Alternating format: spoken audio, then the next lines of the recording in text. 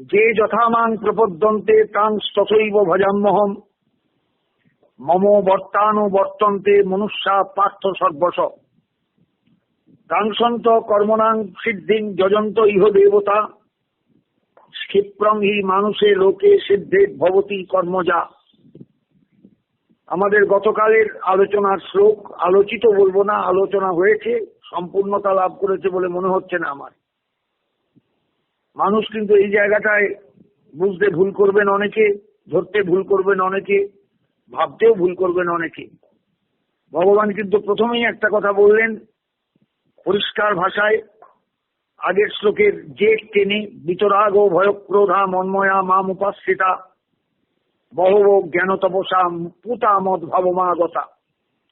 পরিষ্কার সেখানে বলেছেন জগতে বিতরাগ বিতভয় বিতক্রোধ হয়ে যারা মন্ময়তা প্রাপ্ত হন, আমার ভাবনায় পরিপূর্ণতা লাভ করেন, আমাকে আশ্রয় করে চলেন, এরকম বহু জ্ঞান তাপস তারা পবিত্র হয়েছেন এইভাবে ভাবতে ভাবতে আমাকে। এবং পবিত্রতা লাভের পর বা পবিত্র হওয়ার পর তারা আমার ভাব প্রাপ্ত হয়েছেন। আমার ভাব প্রাপ্ত হয়েছেন মানে যার যেমন ভাব সেইভাবে লাভ। যথা ভাব তথা লাভ, যথা ভাব তথা লাভ। যিনি ঈশ্বরকে যেভাবে ভাবেন ঈশ্বরও তার কাছে সেইভাবে যান। এই জন্য পরের শ্লোকে বললেন যে যথামাং প্রপদ্যন্তে তাং তথৈব ভজাম্যহম। কথাটা শুধু হিন্দু ধর্মের বা সনাতন ধর্মের উদারতার সে চরম কথা নয়, এটাই হলো ভগবত উক্তি, যে উক্তিকে আমাদের গীতার এই জায়গায় গভীরভাবে অনুভব করতে হবে, অনুধাবন করতে হবে। যে আমার কাছে যেভাবে প্রপন্ন হন, মানে যেভাবে ভাবেন, ওই যে মদ ভাবমাগতা, আমার ভাব প্রাপ্ত হন, আমার ভাবনায় ভাবিত হন, আমি যে ভাবময় সেই ভাবময় রূপে আমাকে লাভ করেন। অনেক কথা আসবে। তাই যে ভাব প্রাপ্ত হন মানে যিনি যে ভাব প্রাপ্ত হন মানে তার আগে তিনি ভেবেছেন আমাকে। ভাবনার পরেই তো ভাবপ্রাপ্তি, ভাবনায় ডুবে যাওয়া। তাহলে গেছি সেই ভাবনাটা হলো যার যেমন তার তেমন লাভ, যার যেমন ভাব তার তেমনি লাভ।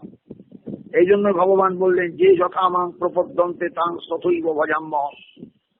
যে আমার কাছে যেভাবে প্রপন্ন হয়, যেভাবে প্রপন্নতা স্বীকার করে, যেভাবে আমাকে চায়, আমি তার কাছে ঠিক সেইভাবে যাই।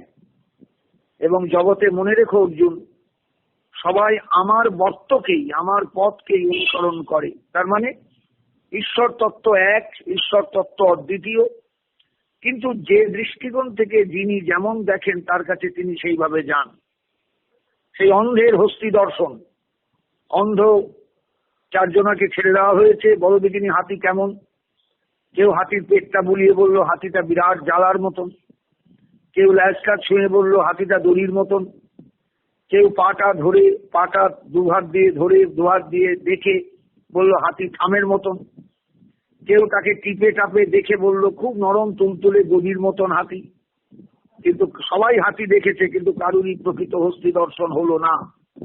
তার কারণ তারা সম্পূর্ণ রূপে তাকে দেখেনি। ঈশ্বর তত্ত্বকে এইভাবেই মানুষ তার নিজের ধ্যান ধারণা অনুসারে, গুণ অনুসারে, কর্ম অনুসারে উপলব্ধি করে। এই জন্যই ভারতবর্ষের সনাতন ধর্মে বহু দেবতার সৃষ্টি।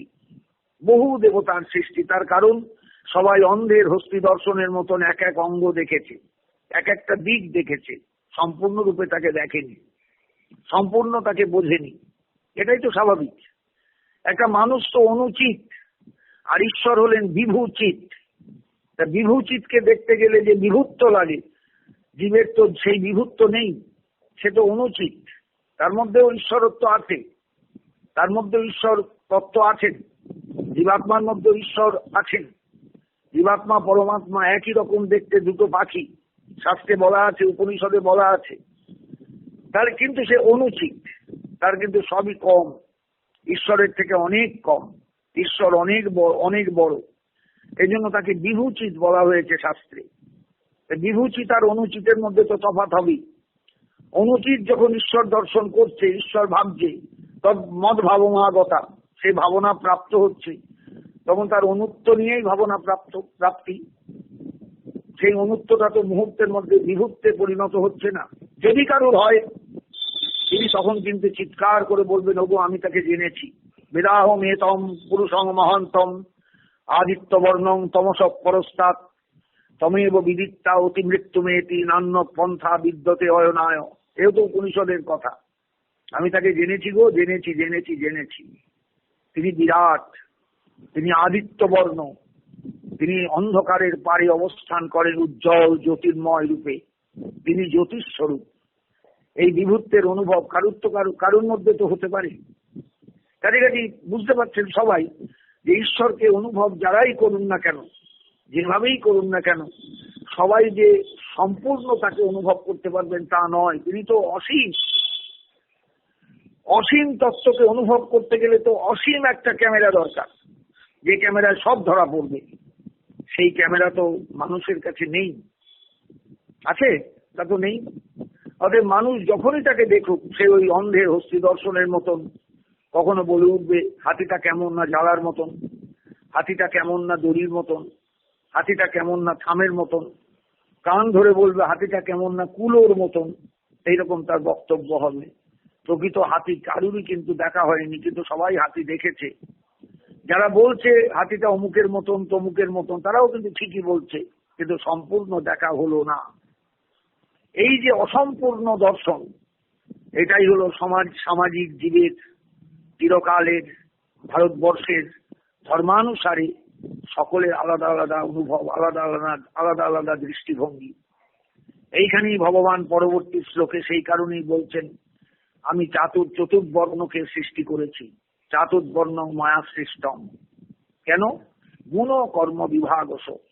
এই যে মানুষগুলো ঈশ্বরকে জানতে গেল, তারা কিন্তু সম্পূর্ণ গুণধর্ম বর্জিত হয়ে তারা কিন্তু দর্শন করতে পারলো না। কারণ যতক্ষণ তার দেহটা থাকবে প্রাকৃতিক দেহ, প্রকৃতির দেহ, ততক্ষণ সেই দেহটা গুণধর্মাক্রান্ত, চিন্তাটা গুণধর্মাক্রান্ত, স্বভাবটা গুণধর্মাক্রান্ত।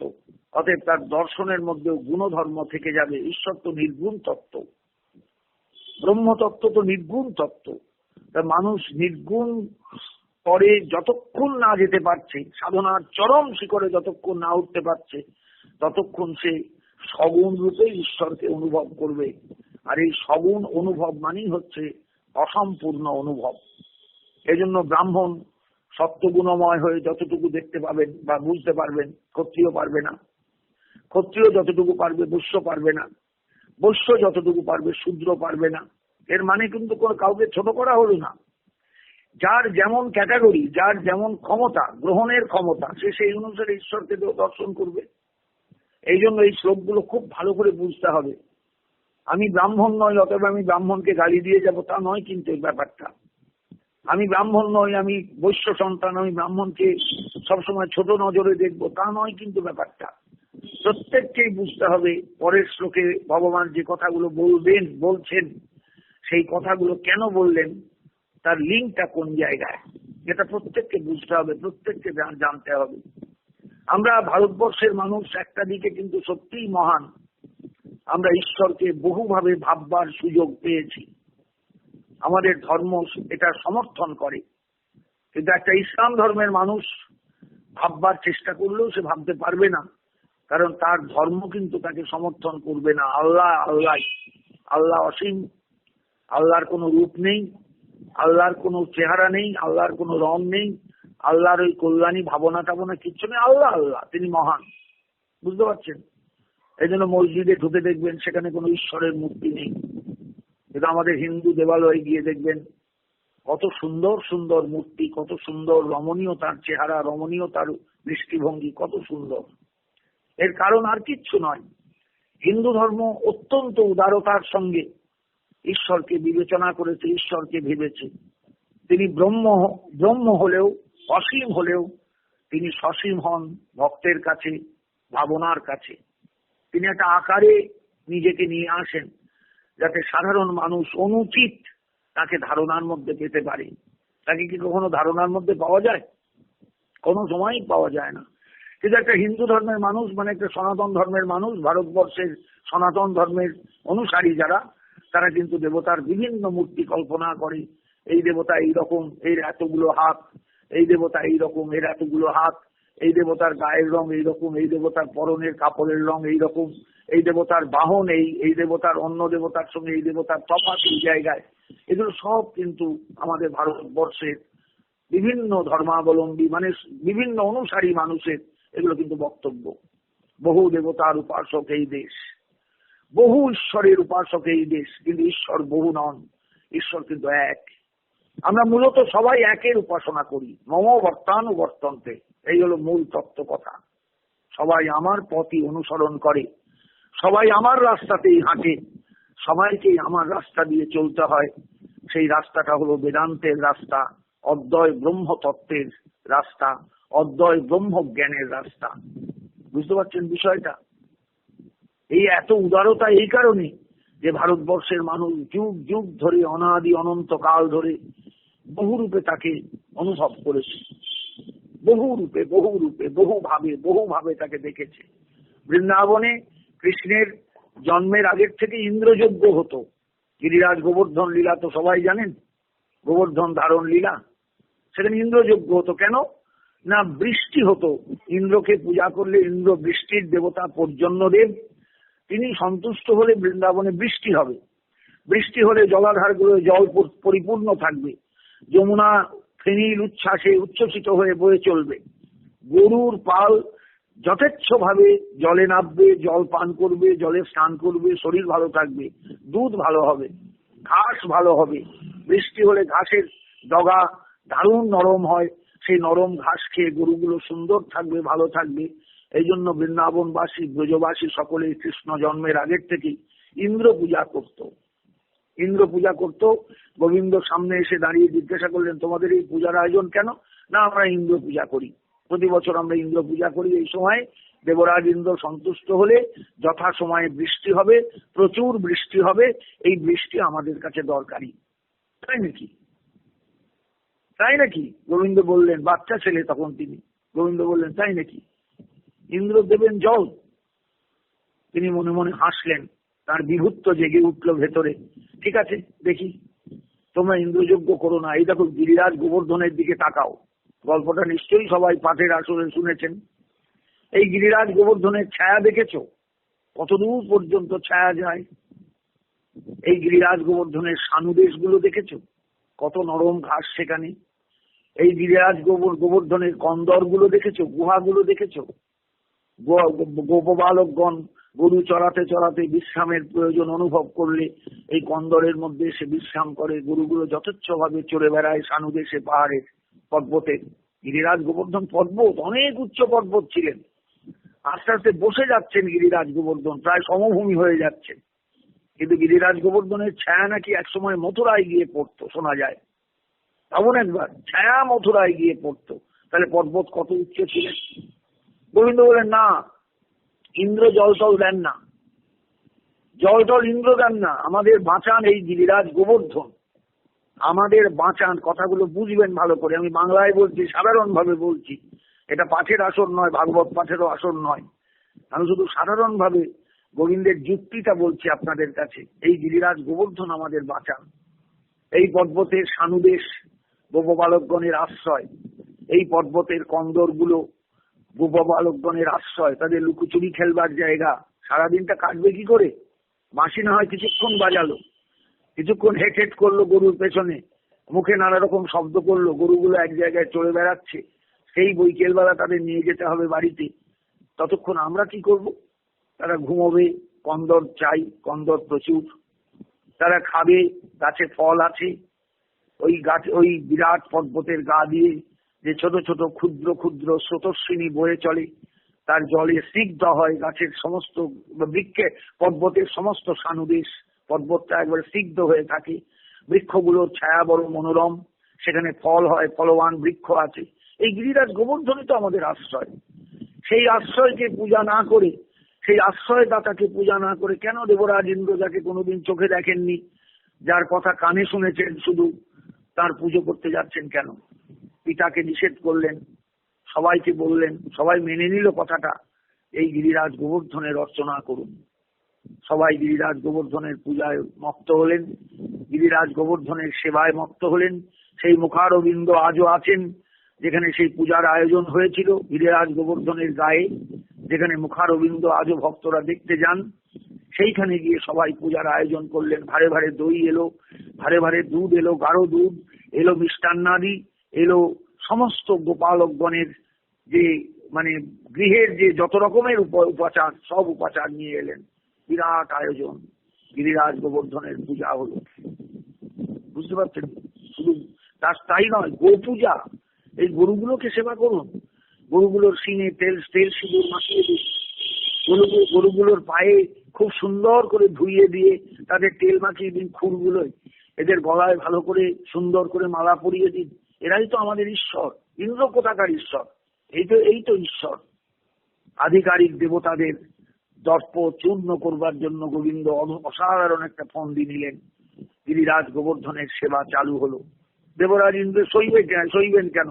এত বড় আস্পর্ধা গোয়ালাদের বৈশ্যকুলে। প্রচন্ড বর্ষণ শুরু করলেন। সেই বর্ষণে একবারে বৃন্দাবন ভেসে গেল। গোবিন্দ দেখলেন তাহলে তো বিপদ। অসাধারণ ঐশী বিভূতির প্রকাশ ঘটিয়ে গিরিরাজকে ওপরে তুলে বাঁ হাতের কনিষ্ঠা অঙ্গুলি দিয়ে তাকে ধারণ করে রইলেন 7 দিন 7 রাত। প্রচন্ড বর্ষণ হয়ে গেল, চারদিক ডুবে গেল, সমস্ত বৃন্দাবন অক্ষত রইল, গোপকুল রাধিকুল সবাই অক্ষত রইল, কারুর কোনো ক্ষতি হলো না। সবাই অনুভব করতে পারলেন গিরিরাজের মহিমা। কিন্তু আসল মহিমা তো অনুভব করলেন সবাই মনে মনে। এই কৃষ্ণ ছিলেন বলেই আমরা বেঁচে গেলাম দেবরাজ ইন্দ্রের কোপ থেকে। বুঝতে পারলেন ব্যাপারটা? দেবতার জন্ম হলো নতুন। কি দেবতা? গিরিরাজ। আজকে বাংলার ঘরে ঘরে যদি যান, বৃন্দাবনের ঘরে ঘরে যদি যান, গিরিরাজ গোবর্ধনের শিলাখণ্ড দেখবেন সাক্ষাৎ কৃষ্ণ রূপে অর্চিত হচ্ছেন। কারা করলো? সত্যগুণময় বৃন্দাবনের গোপকুল। নির্দেশক কে? ভগবান নিজেই। মম বর্তানুবর্তন্তে। এইভাবেই আমার পথ সবাই অনুসরণ করে। কি অসাধারণ জায়গাটা ভাবুন তো একবার। পরিষ্কার ভাষায় বলছেন, যে যথামাং প্রপদ্যন্তে। বৃন্দাবনের মানুষ কানু ছাড়া গীত নেই। বাংলায় একটা প্রবাদই চালু আছে, কানু ছাড়া গীত নেই। কৃষ্ণ না হলে কোনো গান বাঁধা যাবে না, সব গানেতেই কৃষ্ণকে নিয়ে আসতে হবে। বাংলায় একটা প্রবাদই চালু হয়ে গেল, কানু ছাড়া গীত নেই। কানুই তো আমাদের রক্ষাকর্তা, কানুই তো আমাদের বাঁচিয়েছেন। সেই কানুকে নিয়েই বৃন্দাবন লীলা, কানুকে নিয়েই ভাগবত আশ্রয় তত্ত্ব। তিনি আমাদের তত্ত্বটা একদিকে রাখুন, লীলাটাকে একটু আস্বাদন করে তত্ত্বে চলে আসুন। তিনি নিজেই বলছেন, মম বর্তানুবর্তন্তে। আমার পথই সবাই অনুসরণ করে। ব্রজবাসীগণ অনুসরণ করেছিলেন কৃষ্ণের নির্দেশ। তারা দেবরাজ ইন্দ্রকে অস্বীকার করে গিরিরাজ গোবর্ধনের সেবায় মত্ত হয়েছিলেন। তারা কি মরে গিয়েছিলেন? না, বেঁচেছিলেন, অসাধারণ আনন্দ পেয়েছিলেন। সামনে দেখছেন বিরাট গিরিরাজ গোবর্ধনকে কৃষ্ণ করে আঙুল দিয়ে ধরে আছেন। মা যশোমতী বাচ্চা গোপবালককে বলছেন, ওরে ওর হাতটা ভেঙে যাবে রে। সবাই ওই গরু খাদানো লাঠি গিরিরাজ গোবর্ধনের তলায় ঠেকো হিসাবে দিয়েছেন।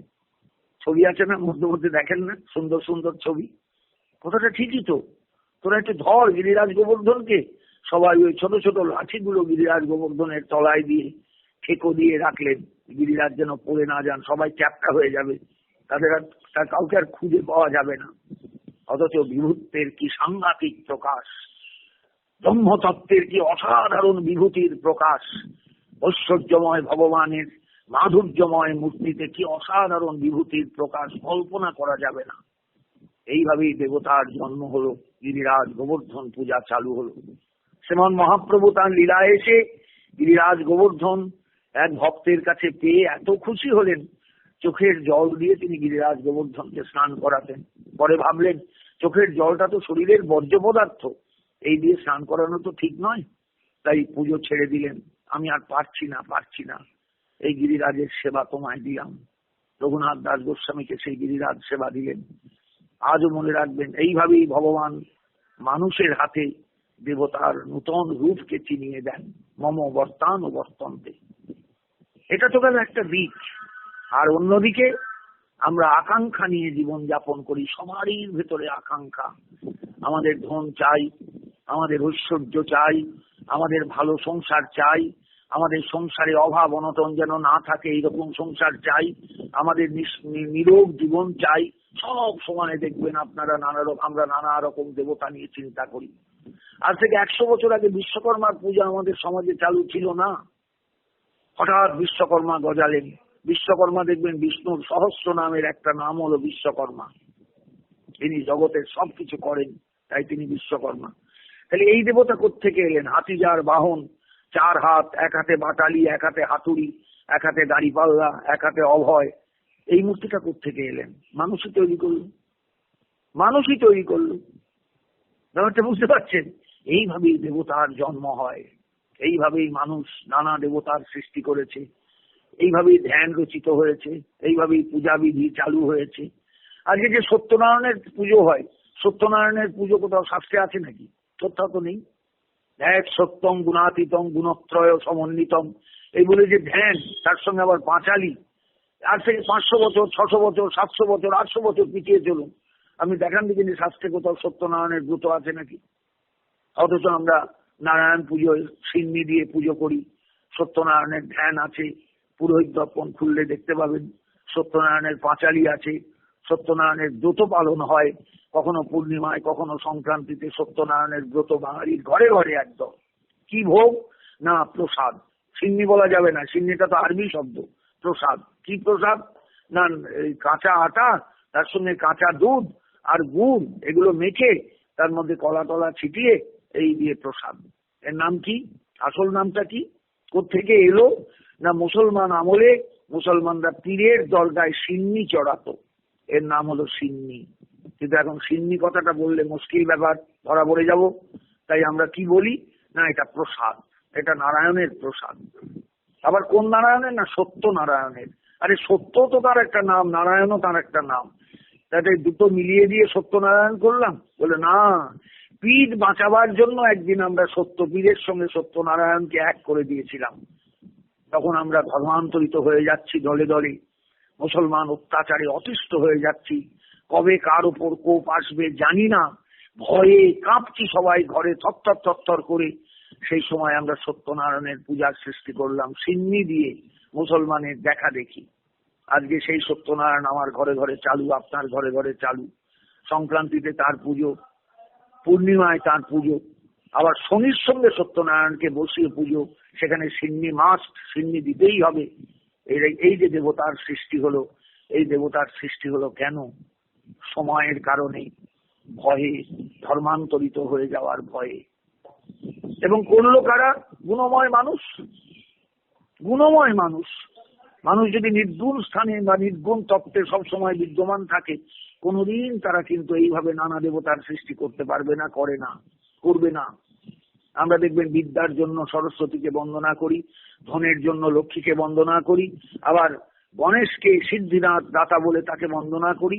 গণেশ তত্ত্বটাই বুঝি না, এদিকে গণেশকে ঘরে এনে বসিয়ে গণেশের পূজা করি। তিনি যে বিঘ্ন নাশক, তিনি যে বিঘ্ন নাশ করেন, সর্ববিঘ্ন বিনাশক তিনি। কোনোদিন ভাবেন এগুলো? আমি আজ থেকে 20 বছর আগে গণেশের পাশে লক্ষ্মীকে দেখতাম না। এখন মারোয়ারিদের দেখা দেখি দেখবেন বাঙালির ঘরে ঘরে, বাঙালির দোকানে দোকানে লক্ষ্মীও গণেশের সঙ্গে পূজিত হন। এবার লক্ষ্মীর সঙ্গে গণেশের কম্বিনেশনটা কোথায়? কিন্তু লক্ষ্মী পূজাও দিতে হবে, গণেশ পুজোও দিতে হবে। কেন দিলাম? না আমার গুণময় সত্তা, আমার ভেতরে যে গুণ কাজ করছে সবসময়, সেই গুণই এগুলো করিয়ে বেড়াচ্ছে, আমরা সেগুলো করতে বাধ্য হচ্ছি। এইভাবেই নূতন নূতন দেবতার জন্ম হয়, নূতন নূতন দেবীর জন্ম হয়, নূতন নূতন শক্তির জন্ম হয়, নূতন নূতন ভাবনার জন্ম হয়। এগুলো কে করছে? না আমাদের গুণময় চরিত্র, আমাদের কর্মফল, আমাদের কর্মবন্ধন এগুলো করছে। আমরা দেবতা চিনি না। বা সংস্কৃত জানা পুরোহিতের সংস্কৃত মন্ত্র তৈরি করতে ক সেকেন্ড লাগে? কিছুই লাগে না, কিচ্ছু লাগে না, শুধু একটু সংস্কৃত জ্ঞান চাই। জ্ঞান তৈরি হয়ে গেল, সঙ্গে সঙ্গে পুজো পাঠও তৈরি হয়ে গেল। পুজো তো সবই একই কায়দায়, কিন্তু ধ্যান তৈরি হয়ে গেল, প্রণাম মন্ত্র তৈরি হয়ে গেল, দেবতাও তৈরি হয়ে গেলেন। এই জন্য বললেন যে মনে রেখো অর্জুন, মম বর্তানুবর্তন্তে, সব কিন্তু আমার থেকেই সৃষ্টি। আমি মূল, আমি মূল।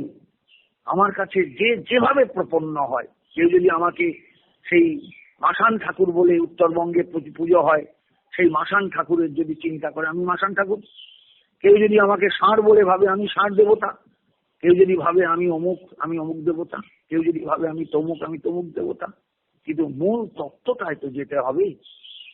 তোমাকে নিষ্কাম ভজনের দ্বারা, নিষ্কাম সাধনার দ্বারা এমন একটা স্তরে উন্নীত হতে হবে যে স্তরে দাঁড়ালে তুমি আসল বস্তুটা, আসল চোখটা খুঁজে পাবে।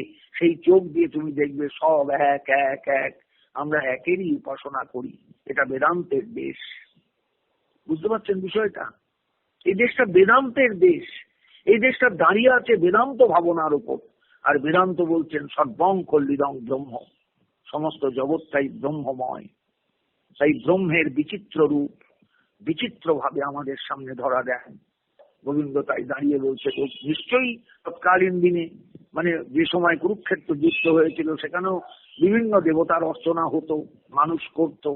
সেই জন্যই বলছেন পরিষ্কার ভাষায়, যে যথামাং প্রপদ্যন্তে তাং তথৈব ভজাম্যহম, যে আমার কাছে যেভাবে প্রপন্ন হয় আমি সেইভাবেই তাকে ভজনা করি, সেইভাবেই তার সামনে দেখা দিই। সবাই কিন্তু আমার রাস্তাই ফলো করে, সবাই আমার পথেই চলে। আমি একক, আমি এক, আমি অদ্বিতীয়। এই অদ্বিতীয় তত্ত্বের বোধ যতক্ষণ না আসছে, যতক্ষণ বিশুদ্ধ সপ্তগুণে গিয়ে আমরা না দাঁড়াতে পারবো, ততক্ষণ কিছুতেই কিন্তু আমাদের ধ্যান ধারণা পাল্টাবে না। আমরা বহু দেবতার অর্চনা করে যাব, বহু দেবতার পূজা করে যাব, এক একজনকে এক এক ফুল দিয়ে পূজা করব, এক এক ফল দিয়ে পূজা করব, এক এক রকম প্রসাদ দিয়ে পূজা করব, কিন্তু চেতনা যতক্ষণ না আসবে ততক্ষণ, চেতনার উদয় যেদিন আসবে সেদিন কিন্তু আর আমার তুচ্ছ থাকবে না, সব একাকার হয়ে যাবে। সেই ব্রহ্ম ভাবনাটাই হলো জীবের কাম্য, যা একমাত্র সত্যগুণময় নয়, শুদ্ধ সত্যে গিয়ে দাঁড়ালে তবে সৃষ্টি হয়।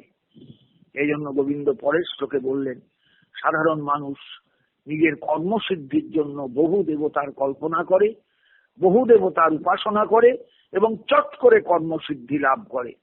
আমরা তো সবাই চট জলদি সবকিছু চাই। অন্য জীবনে পাবো তা তো কখনই ভাববো না, এই জীবনেই পেতে হবে, এই মুহূর্তেই পেতে হবে। অর্থাৎ চট জলদি ভাবনার জন্য চট জলদি কোনো দেবতার সৃষ্টি করে সেই দেবতাকে যে বলি দিতে হয় সেই বলি দান করে তাকে তুষ্ট করে ফলটা আমি নিয়ে নেব, এই চট জলদি উপাসনাই আমাদের নষ্ট করে দিয়েছে। এই ভাবনাই আমাদের জীবনকে সত্যিকারের ক্ষতি সাধন করেছে। এই জায়গা থেকে আমাদের সরে আসা দরকার। এইবার বোঝাতে হবে মানুষকে কেন এটা হচ্ছে। তার কারণ সবাই তো সত্যগুণময় নয়, বহু মানুষ রজগুণময়, বহু মানুষ তমগুণময়, বহু মানুষ সত্যগুণ রজগুণ মিশ্রিত, বহু মানুষ রজগুণ তমগুণ মিশ্রিত, বহু মানুষ রজগুণ সত্যগুণ মিশ্রিত, বহু মানুষ তমগুণ সত্যগুণ মিশ্রিত। এই যে অসংখ্য মিশ্রণ, অসংখ্য অনুপাত, এই অনুপাতে মানুষের চরিত্রগত বিভাজন হয়ে যায়, আচরণে বিভাজন হয়ে যায়, কথায় বার্তায় বিভাজন এসে যায়, ভাবনায় বিভাজন এসে যায়। তাই গোবিন্দ পরের শ্লোকে বললেন, আমি কিন্তু সৃষ্টির উষা কাল থেকে এই সমাজকে চারটে ভাগে ভাগ করেছি। জাতুর্বর্ণং ময়া সৃষ্টং গুণ কর্ম বিভাগস। আমি গুণ এবং কর্ম অনুসারে চারটে বর্ণ সৃষ্টি করেছি। তস্য কর্তারমপি মাং বিদ্ধি, বিদ্ধি অকর্তারম অব্যয়মপি। তার কর্তারূপে আমাকে জেনো, আমি সৃষ্টি করেছি। আবার জেনো আমি অকর্তা, আমি কিচ্ছু করি না, কিচ্ছু করিনি আমি। বুঝতে পারছেন বিষয়টা? আলোচনাটা কিন্তু চলবে দু একদিন। আমি জানি চট করে সাধারণ মানুষ বুঝতে পারবেন না। বামুনের ছেলে বামুন, এটা আমরা অনেকেই এখন সমালোচনা করি। বামুনের ছেলে বলি বামুন হবে? সে তো চাঁদালও হতে পারে, চন্ডালও হতে পারে আচরণে। ক্ষত্রিয়ের ছেলে বলি ক্ষত্রিয় হবে? সে তো ভীরু, যুদ্ধ সব তার ভালো লাগে না, সে পালিয়ে যেতে পারলে বাঁচে। কাজে ব্রাহ্মণের ছেলেই ব্রাহ্মণ এটা হয় না, ক্ষত্রিয়ের ছেলেই ক্ষত্রিয় নাও হতে পারে, শূদ্রের ছেলেই যে শুদ্ধ হবে তার মধ্যে ব্রাহ্মণিক কালচার বা ব্রাহ্মণত্ব যদি জেগে ওঠে, সেই শুদ্ধ কি ব্রাহ্মণ হতে পারে না? হতে পারে। অতএব নানা রকম প্রশ্ন, নানা রকম জিজ্ঞাসা আমাদের সমাজে আসবে, তার উত্তর কিন্তু এর মধ্যেই খুঁজতে হবে। চাতুর্বর্ণং ময়া সৃষ্টং গুণকর্ম বিভাগস। আমি কিন্তু আলোচনা অসম্পূর্ণ রাখছি, আজকেও এটা চলবে আমার, কারণ এই আলোচনাটা প্রত্যেকের জানা দরকার। আজকে সমাজে এই বর্ণ ধর্ম ভেঙে গেছে, প্রায় প্রায় প্রায় প্রায় সম্পূর্ণই নষ্ট হয়ে গেছে। আজকে ব্রাহ্মণের সঙ্গে অব্রাহ্মণের বিবাহ হচ্ছে আকছার। আজকে ব্রাহ্মণ গলায় পৈতে রাখছে না, পৈতের মূল্যটাই সে বোঝে না, কিচ্ছু বোঝে না। অতএব বাবা পৈতে দিলেন খরচাপাতি করে, শেষকালে দেখা গেল সেই পৈতের কোনো মূল্য নেই তার ছেলের কাছে। তার ছেলের বেলায়, ছেলের বেলায় মানে নাতির বেলায় দেখা গেল পৈতেটাই হলো না। ওমা, তোর পৈতেই তো দেখা হলো না রে, বিয়ে দেবো কেমন করে? তখন দেখা যাচ্ছে বিয়ের আসরে পৈতে হচ্ছে। বহু মানুষকে দেখবেন বিয়ের আগের দিন টিন নেই, পৈতে একটা গলায় ঝুলিয়ে দিয়ে ব্রাহ্মণ সাজিয়ে তার বিয়ে দেওয়া হচ্ছে, বামুনের ছেলে যেহেতু। বহু ক্ষেত্রে দেখতে পাবেন। আপনি নবদ্বীপে পোড়ামাতলায় দেখবেন পৈতে হচ্ছে, আপনি কলকাতায় যাবেন কালীঘাটে দেখবেন বিয়ের আগে পৈতে হচ্ছে, আপনি আসামে যাবেন গৌহাটিতে দেখবেন কামাখ্যায় পৈতে হচ্ছে বিয়ের আগের দিন। এইভাবেই কিন্তু ব্রাহ্মণ তৈরি করা হয়। কিন্তু আসলে এটা কিন্তু আমরা অনেকেই বুঝি না যে ব্রাহ্মণত্বটা পৈতের উপর নির্ভর করে না, ভাবনার উপর নির্ভর করে, গুণের উপর নির্ভর করে, গুণমহিমার উপর নির্ভর করে। সমাজে যে বিচিত্র চরিত্র আমরা দেখি, যে বিচিত্র চরিত্রের কারণে মানুষের মধ্যে বিভেদ দেখি, যে বিভেদের কারণে বহু দেবতার অর্চনা সমাজে আমরা দেখতে পাই, এই দেবতার সৃষ্টি কেন হলো তার উত্তরও সেই গুণধর্ম। এগুলোকে নিয়ে কখনো আমরা চিন্তা করি না। হিন্দু ধর্ম শুধু বিস্তৃত নয়, ভারতীয় সনাতন ধর্ম শুধু বিস্তৃত নয়, এর মধ্যে বহু কিছু জানার আছে, বহু কিছু ভাবার আছে, বহু কিছু অনুভব করার আছে। সেদিকে আমাদের প্রত্যেকের একটু দৃষ্টি দেওয়া দরকার, দৃষ্টি প্রসারিত করা দরকার। গীতার ভাষাটাই প্রত্যেকের বোধগম্য হওয়া প্রয়োজন। আমি বলে গেলাম হুড়হুড় করে, যারা শুনলেন তারা বুঝতে পারলেন না, তাহলে কিন্তু কিচ্ছু কাজ হবে না। আমি তো একদম সাধারণ ভাষায় বলে যাচ্ছি। তাই আমার যখনই দেখতে পাচ্ছি কাঠিন্য আছে, তখনই আমি ছেড়ে যেতে পারছি না। যত রকম কথা হতে পারে সব রকম কথা বলবার চেষ্টা করছি আপনাদের কাছে। আপনারা বুঝবার চেষ্টা করবেন, না বুঝলে একবার নয় 5 বার বক্তব্যগুলো পড়বেন, বক্তব্যগুলো শুনবেন, দেখবেন কিছু না কিছু হৃদয়ঙ্গম হবেই। ধীরে ধীরে আসল জায়গাটা সবাই বুঝতে পারবেন। এখানে কোনো কায়দা কানুন কারণ নেই যে ব্রাহ্মণ নিজেরা দাপিয়ে বেরিয়েছেন সমাজে, তা নয়। ব্রাহ্মণের জায়গায় আছেন, ক্ষত্রিয়ের জায়গায় আছেন, থাকুন না কেন। কিন্তু কেন হলো বিভাজন? কেন ভগবানকে বলতে হলো যে চাতুর্বর্ণং মায়া সৃষ্টং গুণকর্ম বিভাগস? কারণ আগের যে শ্লোকটা গেছে, কাঙ্ক্ষন্ত কর্মনাং সিদ্ধিং যজন্ত ইহ দেবতা, কর্মের সিদ্ধির দিকে তাকিয়ে মানুষ বহু দেবতার অর্চনা করে। কিন্তু একটা কথা বলা হলো না, তার গুণধর্ম তাকে বহু দেবতার সৃষ্টি করায়, গুণধর্ম তাকে বহু দেবতার কাছে নিয়ে যায়, গুণধর্ম তাকে বহু দেবতার কাছে প্রার্থনা এনে দেয়। দেবতা তখন প্রার্থনা পূরণ করেন, কর্মসিদ্ধি তাড়াতাড়ি হয়। আর একজনা মানুষ তাই দেখে লুব্ধ হয়ে ওই দেবতাকে অর্চনা করতে উদ্যত হয়। এইভাবেই আমাদের সমাজটা চলছে হাজার হাজার বছর ধরে। তাই অজস্র দেবতা, অজস্র দেবী, পুরুষ দেবতা, নারী দেবী আমাদের সমাজে প্রচলিত। কিন্তু কেন হলো? তত্ত্ব তো একটাই, একজনাই তো জ্ঞাতব্য, একজনাই তো স্মরণীয়, একজনাই তো পূজনীয়, একজনাই তো গ্রহণীয়। তাহলে এত দেবতা কেন এলেন? শুদ্ধ মানুষের গুণধর্ম, শুদ্ধ মানুষের গুণের প্রভাব জীবনে, এটাই জানা দরকার আগে। এখানেই আমাদের সব গন্ডগোল সৃষ্টি হয়ে আছে। এই গন্ডগোলগুলো মেটালে ভালো হয়।